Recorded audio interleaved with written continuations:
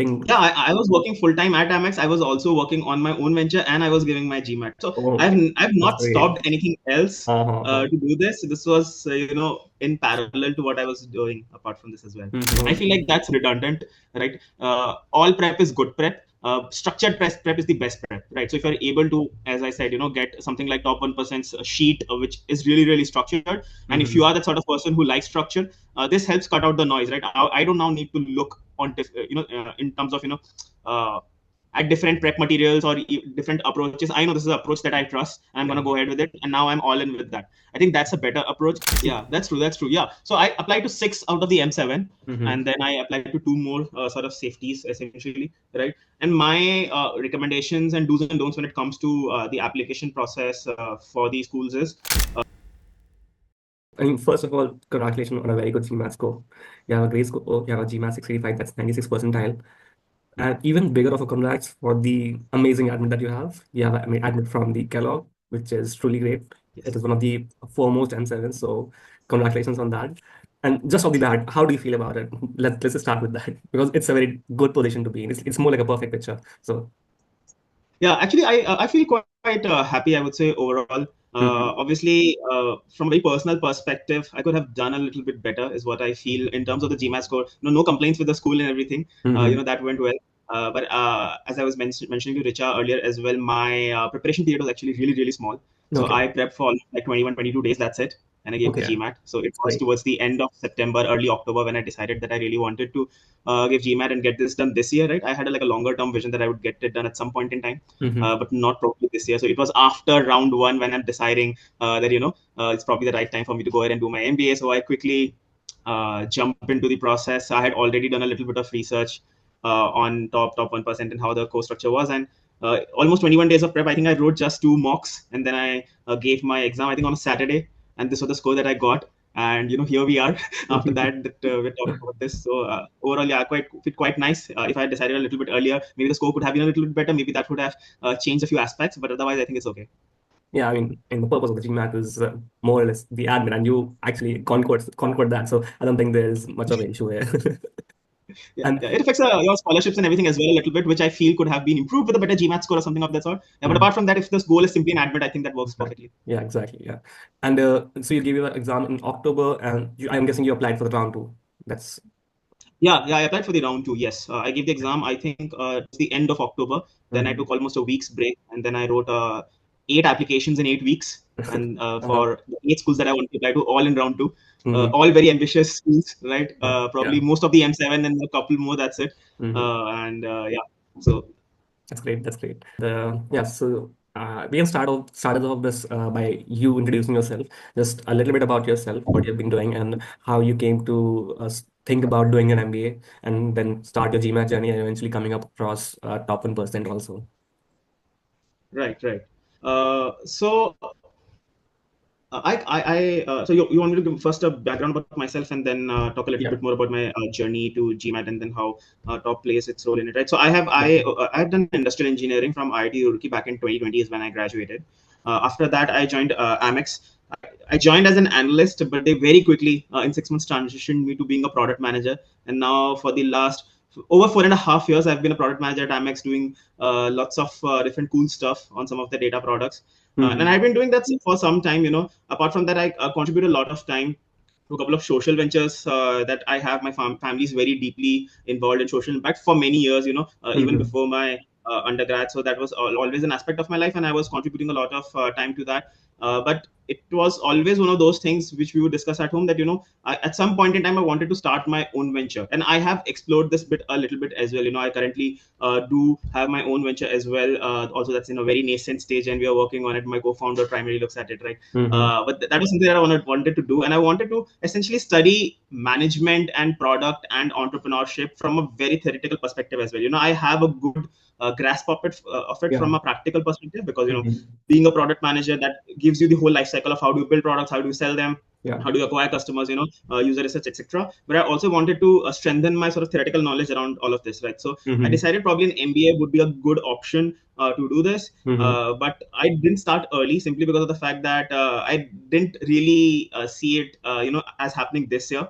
it was probably towards, as I mentioned, September or October, when I really started looking into something that I want to do this year. Because the stuff that I was working on in Amex reached its pinnacle in terms of what I could contribute to it. Okay. So I decided that, if it's time to leave Amex and do something new, or if it's even time to leave the team, I probably would take a couple of years of of the corporate life, do Yeah. a little bit of study, and MBA would probably be a Mhm. good decision from that perspective. Got it. uh, where top comes in essentially is, top is very famous in my friend circle, at least. Like, a lot Okay. of my friends have taken top person 1% previously. Mhm. Somebody recommended it to me, and that's how I reached out to you guys to get into this, right? So it's not like something that I found online or anything, but it's more like word of mouth marketing that made me really reach out to you. What worked for me from top is essentially, if that's something that you want to know, is this score structure, right? I really love self-paced course first, right? Mhm. Because, as you know, Yeah. right, I did it in I just studied for 21, 22 days. If it's a Mhm. non-paced course, like, if it's something that I'm looking at, live videos, etc., a little bit more difficult for me, because I had to compress everything. I would look at Yes. 3 videos in a day, and if Yeah. I'm doing that for 3 days straight, though it's 9, 10 videos that I've already looked at, you can't really do that if it's a live class, Exactly. right? So that Yeah. self-paced course really worked for me. And the second Mhm. thing was the Excel, or the schedule that Yes. Sandeep sir essentially provided us with. I think that works beautifully, right? I don't have to think what's next and Exactly. what I really have to study. And when you are working a full-time job and you're doing this, and then you're looking at some other stuff on your own end as well, that having the clarity essentially of what you Exactly. need to do next, and then next, and then next, and having that sort of benchmarks and milestone to cover, that makes the entire process really easy. So you know that at some point in time the prep is over, although you might not feel it is, but it is, because Mhm. you have completed the entire course. Exactly. Yeah, yeah, yeah. I get it. I get what you mean. Yeah, I'm glad that helps. And since when you started your prep, I mean, it was a very short prep, to be honest. Yeah. Getting a even 22 days, you are able to get a score like this. It's completely brilliant. It's very rare. So that's good thing. So when you started your prep, was there something initially that you were lacking on, or something where you were struggling initially, or it was just you went with the entire flow, and then 22 days went over like a flow?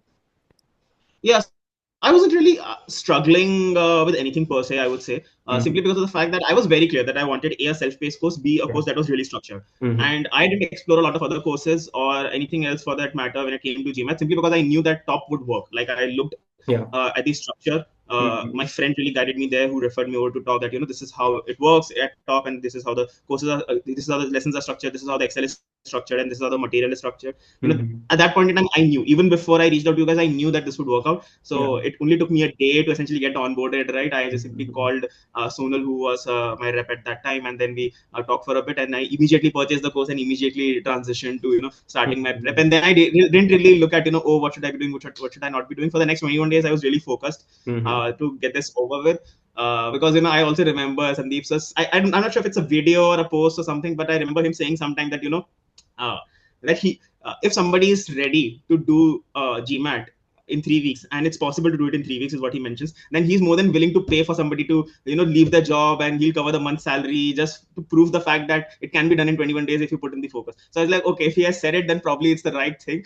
So I'll just try to get it done within 3 weeks, and then we'll see where we are at. And after that, I gave a couple of mocks, and the scores were okay. So I felt like, okay, yeah, he's probably right. It could be done in 3 weeks.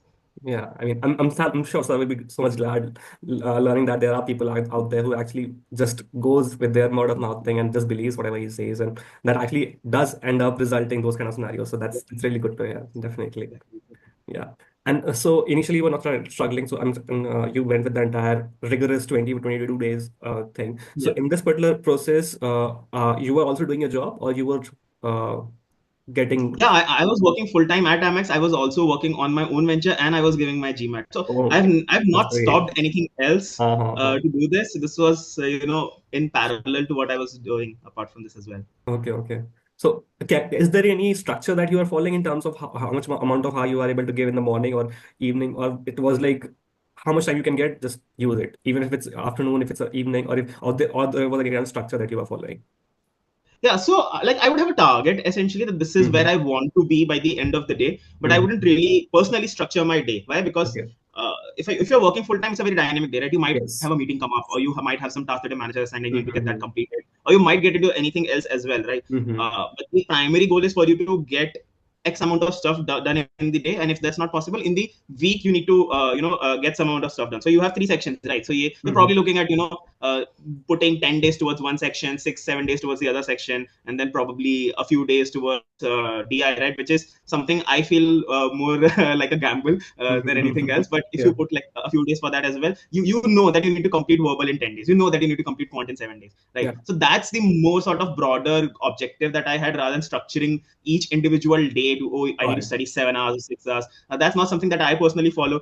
I follow Mm-hmm. more of the model. Hey, this is a concept that I'm really confident in. I probably need to spend less time in this concept, and I can get this done with very quickly.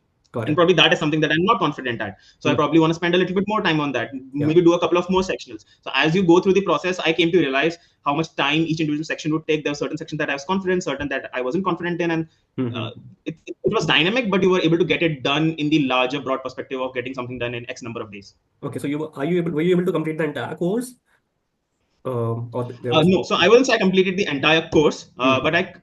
but I completed all the lectures and all of the theoretical stuff essentially. Yeah. From a practice perspective, I would leave practicing a particular concept when I realized that I wasn't getting much stuff wrong, right? So I would look at it like, say I would do 30 questions or 40 questions, 50 questions, whatever my target is, in a set amount of time. And if Mm-hmm. I'm getting really high accuracy, then I would Yeah. leave that concept entirely, right? Got it. So I would achieve an accuracy level rather than looking at, oh, I need to complete 100 or 200 questions. Obviously practice really helps, but when you're constrained on time, accuracy is what really matters, right? Yeah, of course, of course. So after that, were you able to approach the portal also for the practice? Yes, I did. So after I prepped for 21 days, but after that, for the next 3 or 4 days is Mm-hmm. when I spent a lot of time practicing on the portal. So I gave my first. You have these official mocks available from Correct. GMAT, right? Yes. So GMAT. So I gave one, and then whatever score I had, I knew that I needed to work on certain sections. So I Mm-hmm. looked at a lot of sectionals, right, which were available, and Yes. then I wrote my second mock from TOPS portal and not from Okay. the official GMAT one. And Mm-hmm. then I achieved some score, and then again I worked on a few sections, and then is when I really gave my official test, right? Got it. Got it. Yeah, that sounds like a very rigorous thing, but if you are in the flow, I think it can be done definitely. Yeah, I understand. Yeah. Yeah, yeah, of course. That's great to hear. And yeah, you gave your exam online, or the you actually went to the center No, itself? in-person center version is what I gave on a Saturday. Okay, okay. And you went to Yeah. the sequence that you actually practiced with the three. I mean, how many number of mocks that you actually gave before the I actual? gave two mocks, but I wrote lots of sectionals. So I did focus on the mocks as much because I knew that the time is not big, right? So in the new Mm-hmm. structured focus edition, it's a very small exam. It's what, two Mm-hmm. point something hours, right? So I wasn't really worried about the time. If it would have been a 3 hour or 3.5 or something exam, I would have been worried because it's a little bit difficult to sit Yeah. now for so long. But I gave two mocks simply to get into the feel of which sections I want to do first. You get Yeah. that option, right? So I Exactly. wanted to just test what works for me, although I had something in mind, but I wanted to test it out live. So that's what I did. But Mm-hmm. I personally like the sectionals more. They Okay. allow you to look at accuracy a little bit better, Exactly. right? If I would have had more time, I would probably have written a lot more mocks, but a Mm-hmm. lot more sectionals as well. So Yeah. I'm more of a sectionals person, I would say, rather than a Got it. full mock person. Mm-hmm. Getting that instant feedback exactly what is wrong and analyzing in a much more concentrated time. Exactly, That's yeah, yeah. exactly. Yeah. Yeah, get it, get it.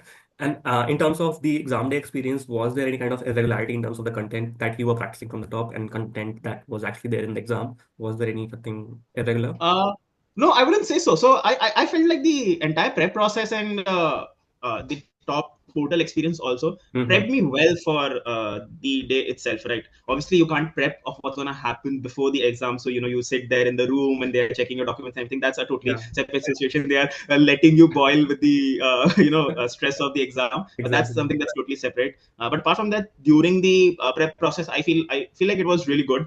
Right, Mm-hmm. the questions were on spot on in terms of where I had prepared, Mm-hmm. and the accuracy was also very close to what I had thought in mind. So my actual score is really close to my mock score as well. Obviously, in mocks you are a little bit more relaxed. You can get a slightly higher score, but my score is right at top.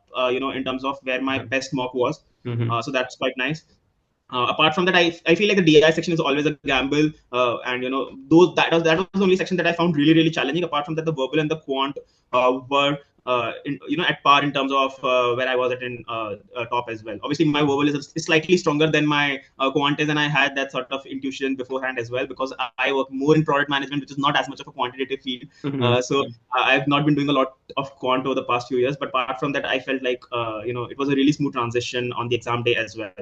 So you also need to study some of the softer aspects of the exam before you go for the test, which is like they provide you headphones. to Yeah. cancel out the noise from the outside.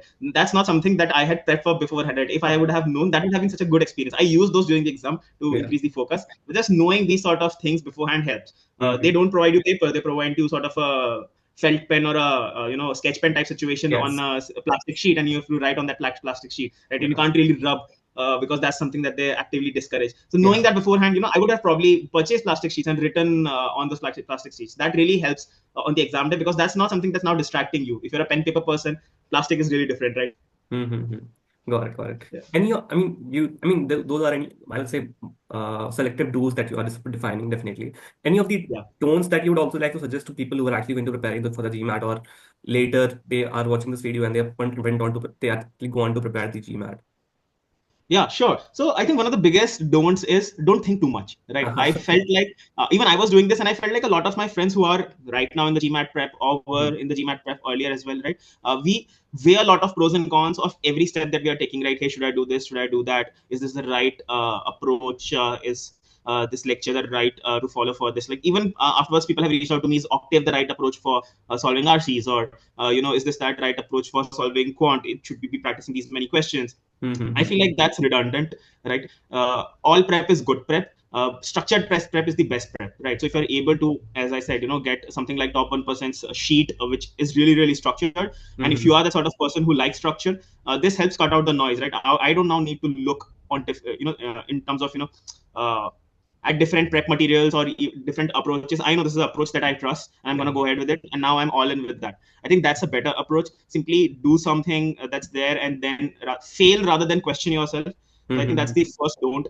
The second don't is don't over practice, right? So a lot of my friends also did this, that they are practicing for 2 months, 3 months, and going on and on and on, simply trying to eke out that last, I would say, one extra score or something of that sort. GMAT is simply part of the larger process, and if you're not able to achieve your admit at the end of it, doesn't really help, right? Get a good GMAT score, something that you're confident with, and then get your profile and applications right, and you will Mm-hmm. get. I think that's the good approach to go when it comes to the larger application process. Even from a GMAT perspective, I think this really helps. Don't wait a lot from your process start to end to give your exam.